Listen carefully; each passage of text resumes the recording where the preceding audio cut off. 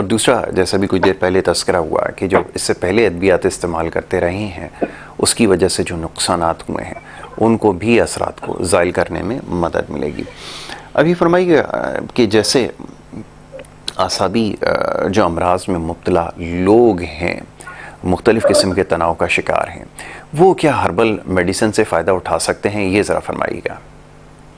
بالکل، بہت ہی عمدہ سوال ہے یاسر بھائی آپ کا، اور یقیناً سوشل میڈیا پر بھی آپ کو جو سوالات موصول ہوتے ہیں جو آپ ہم تک پہنچاتے ہیں، جی اور K21 کا یہ واحد پلیٹ فارم ہے جہاں پر مریضوں کے فوائد کے لیے اور تمام علاج معالجے کے لیے بھی ایک ایمانداری سے سچے نسخے یا اس طرح کی باتیں اور سوالات ڈسکس کیے جاتے ہیں جو کہ نہایت ہی سود مند ثابت ہوتے ہیں.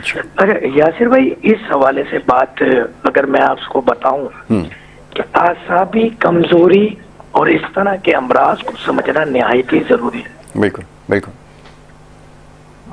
اب اس کے اندر پرابلم یہی ہوتی ہے کہ ہم جو ادویات اس وقت دور حاضر کے اندر جو طریقہ علاج ہم اس کو دیکھیں تو اس میں مریض پھر عادی ہو جاتے ہیں جی اور اگر وہ ادویات اگر آپ چھوڑ دیں تو وہ دوبارہ مرض پہلے سے زیادہ بڑھ جاتا ہے اور اس کے اندر اعصابی امراض قابل ذکر ہے. بالکل ٹھیک ہے. طب یونانی کے اندر اس طرح کی ادویات شامل ہیں کہ الحمدللہ نہ صرف اعصابی امراض بلکہ دیگر امراض کے اندر بھی بہت اچھا رزلٹ مل جاتے ہیں. اچھا، میں تھوڑا سا ایک قطع کلامی بھی کروں گا اور آپ کی بات سوال کے ساتھ ساتھ میں اس بات پہ آؤں گا کہ میں اس وقت دبئی کے لیے فلائی کر رہا ہوں اور میرا جہاز جو ہے وہ بالکل ہی جس کو ایئر کرافٹ اس وقت ٹیک آف کے لیے تیار ہے. تو میں چاہوں گا یاسر بھائی اس پروگرام کو آپ کنٹینیو کریں یا جو بہتر سمجھتے ہیں اپنے ٹی وی چینل کی پالیسی کے مطابق. اور ناظرین کا بھی بہت بہت شکریہ دیکھنے کا اور آپ کا بھی ساتھ لینے کا شکریہ. اللہ تعالیٰ تمام دیکھنے والے ناظرین کو صحت کاملہ عاجلہ عطا فرمائے. السلام علیکم ورحمۃ اللہ وبرکاتہ. بہت شکریہ جی. ڈاکٹر فہیم ادریسی صاحب ٹیلی فون لائن پر موجود تھے اور جیسا بھی انہوں نے خود عرض کیا کہ وہ اس وقت روانگی کے لیے تیار تھے، جہاز میں اس وقت موجود تھے اور پھر بھی وقت نکال کر انہوں نے ہم سے بات کی. میں ان کا بڑا مشکور و ممنون ہوں.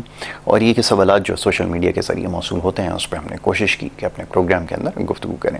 مختصر وقت میں بہت سارے معاملات پہ ہم نے کوشش کی کہ بات کریں. سب سے زیادہ جو سوالات ہمیں موصول ہوتے ہیں وہ ذیابطیس کے حوالے سے ہوتے ہیں اور ہمیشہ سے ہماری کوشش ہوتی ہے کہ اس مرض کے حوالے سے زیادہ آگاہی فراہم کی جائے، جس میں مختلف سوالات ہوتے ہیں. جیسے ابھی آج بات ہوئی انسولین اور ریزسٹنس کے حوالے سے، بڑا عام موضوع ہے، اس کو سمجھنا ضروری ہے. اور پھر یہ ہے کہ جو بہت دیر سے شوگر کے مرض میں مبتلا ہیں، ذیابطیس کا شکار ہیں، ان کے جو اعضاء ہیں، وائٹل آرگنز ہیں، بہت زیادہ ان کو نقصان پہنچتا ہے. تو یہ عموماً پوچھا جاتا ہے کہ جو ان سے نقصانات ہوئے ہیں اور خاص طور پہ جو ادویات ایک بڑے طویل عرصے سے استعمال کرتے آئے ہیں ان سے کیا نجات مل پائے گی یا نہیں. تو ان پہ ہم نے کوشش کی کہ گفتگو کریں.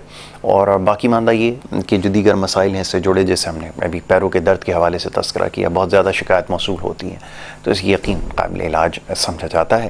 اور جیسے معزز مہمان نے کہا کہ ان کے پاس اس کا علاج ہے، ایک کچھ دیر پہلے ڈاکیومنٹری بھی دکھائی گئی ایک چھوٹی سی جس کے اندر اس کا بارے میں انہوں نے اپنے طریقے علاج کے حوالے سے آگاہ کیا. جناب اس طرح اور بہت سارے دیگر سوال ہیں، انشاءاللہ وقت ہوگا آگے تو ضرور اس حوالے سے گفتگو کریں گے. پروگرام کے وقت کیونکہ آپ ختم ہوا چاہتا ہے، کل انشاءاللہ اسی پروگرام میں آپ سے دوبارہ ملاقات ہوگی. محمد یاسر کو اور ہماری ٹیم کو دیں اجازت. اللہ نے کے بعد.